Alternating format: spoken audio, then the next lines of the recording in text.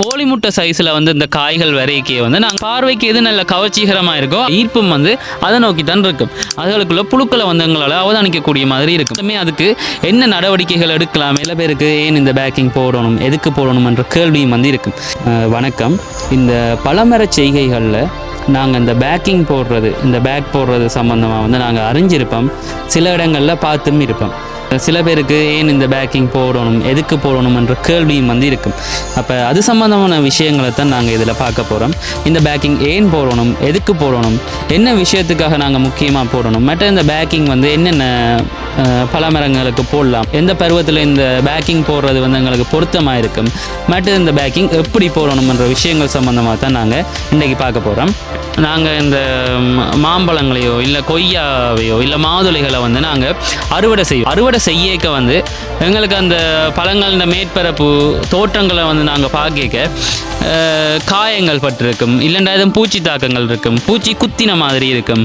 அதை நாங்கள் வெட்டி பார்த்தோம்னு சொன்னால் அதுகளுக்குள்ள புழுக்களை வந்து எங்களால் அவதானிக்கக்கூடிய மாதிரி இருக்கும். இப்படியான பிரச்சனைகள் வந்து ஏன் வருதுன்னு நாங்கள் யோசிச்சிருப்போம். ஆனாலுமே அதுக்கு என்ன நடவடிக்கைகள் எடுக்கலாம், எந்த நடவடிக்கைகளை கையாளுறது மூலமாக இதை குறைக்கலாம் என்றதில் வந்து நாங்கள் ஆர்வம் காட்டுறதில்லை.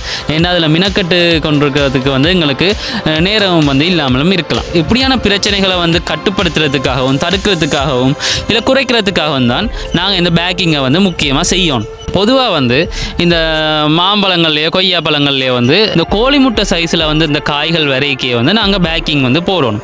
அப்போ அதுதான் வந்து அதில் பொருத்தமான பருவமாக இருக்கும். பிஞ்சு பிடிச்சி ஒரு 40-45 நாள் போக அந்த பருவம் வந்து வரும். அப்போ அந்த பருவத்திலேயே வந்து நாங்கள் பேக்கிங் போடணும். அதை தாண்டி இந்த பருவத்தை விட்டு நாங்கள் பிறகு பெருசான பிறகு போட்டோம்னு சொன்னால் அதில் எந்த வித பிரயோசனமுமே இல்லை. அடுத்து இன்னொரு விஷயம் இருக்குது, தோற்றம். இப்போ எந்த விஷயமா இருந்தாலுமே வந்து எங்களோட கண்ணுக்கு முதல் எங்களோட பார்வைக்கு எது நல்ல கவர்ச்சிகரமாக இருக்கோ ஈர்ப்பும் வந்து அதை நோக்கி தான் இருக்கும். அப்போ நாங்கள் இந்த அறுவடை செய்கிற பழங்கள் வந்து தோற்றத்தில் நல்லா இருக்கும். அந்த கவர்ச்சிகரமான தோற்றத்தை உருவாக்குறதுக்கும் வந்து இந்த பேக்கிங் வந்து உதவுது. இந்த பேக்கிங் போடுறதால தான் இந்த வடிவா கவர்ந்து இழுக்கக்கூடிய நிறத்தில் இந்த மாம்பழங்கள் வரும். இதுக்கு மருந்து அடித்து கெமிக்கல் அடித்து பூச்சியை கட்டுப்படுத்துறதுக்கு ஒரு மருந்து, பழுக்கிறதுக்கு ஒரு மருந்து, நிறம் வர்றதுக்கு ஒரு மருந்து எங்களுக்கு அடித்து கொண்டு இருக்கல. அது சரியான ரசாயனங்களாக இருக்கும், அது எங்களுக்கு உடலுக்கு தீங்காகவும் வந்து இருக்கும். இயற்கை முறைகளில் இந்த பேக் போடுறது மூலமாக எந்த ஒரு சூழலுக்கு எந்த ஒரு பாதிப்பும் இல்லை, எங்களோட மனிதர்களுக்கும் வந்து எந்த ஒரு பிரச்சனையும் பாதிப்பும் வராது.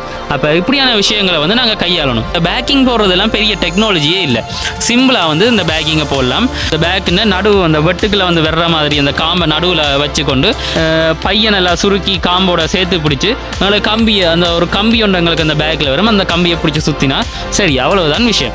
பேக்கு நாங்கள் போடுறது முக்கியம்னு சொன்னால் அதில் டேட் போடுறது, டேட்டுகளை வந்து குறித்து கொள்வது இன்னும் முக்கியமாக வந்து எங்களுக்கு இருக்கும். எல்லா பூக்களுமே ஒரே நேரத்தில் பூக்கிறது இல்லை, பிஞ்சு பிடிக்கிறது வந்து ஒரே நேரத்தில் பிஞ்சு பிடிக்கிறது இல்லை.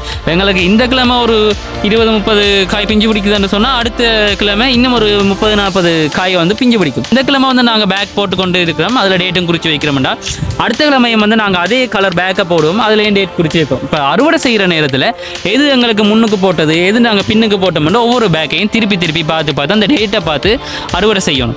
அப்போ இப்படி அறுவடை செய்கிறது வந்து எங்களுக்கு கஷ்டமாக இருக்கலாம். ஒவ்வொரு பேக்கையும் திருப்பி பார்த்து இது முந்தி போட்டது இது பிறகு போட்டதுன்னு பார்த்து அறுவடை செய்கிறது எங்களுக்கு கஷ்டமாக இருக்கலாம். அப்போ அப்படியான அந்த கஷ்டத்தை குறைக்கிறதுக்காகத்தான் நாங்கள் கலர் பேக் பயன்படுத்துவோம். அப்படியான அந்த பலமர செய்கைகளில் வந்து ஈடுபடுற விவசாயிகள் வந்து நாங்கள் மினக்கட்டாலும் பரவாயில்லைன்னு சொல்லி பேக் போட்டு வடிவாக பராமரித்து அதுகளை வந்து விளைச்சல்களை வந்து நாங்கள் சந்தைக்கு கொடுப்போமா இருந்தோம்னு சொன்னால் எங்களுக்கு அதில் ஒரு மதிப்பும் வரும். அப்போ எங்கள்கிட்ட வந்து நல்ல ப்ராடக்ட் வந்து வாங்கலாம்ன்ற எண்ணம் வந்து எங்களோட நுகர்வோருக்கும் வந்து வரும். எங்களோட ப்ராடக்டை வந்து தேடி வந்து நுகர்வோர் வாங்குவினோம், தேடி நம்பிக்கையாகவும் வந்து அவங்களால வாங்கி கொள்ளக்கூடிய மாதிரியும் இருக்கும். நன்றி.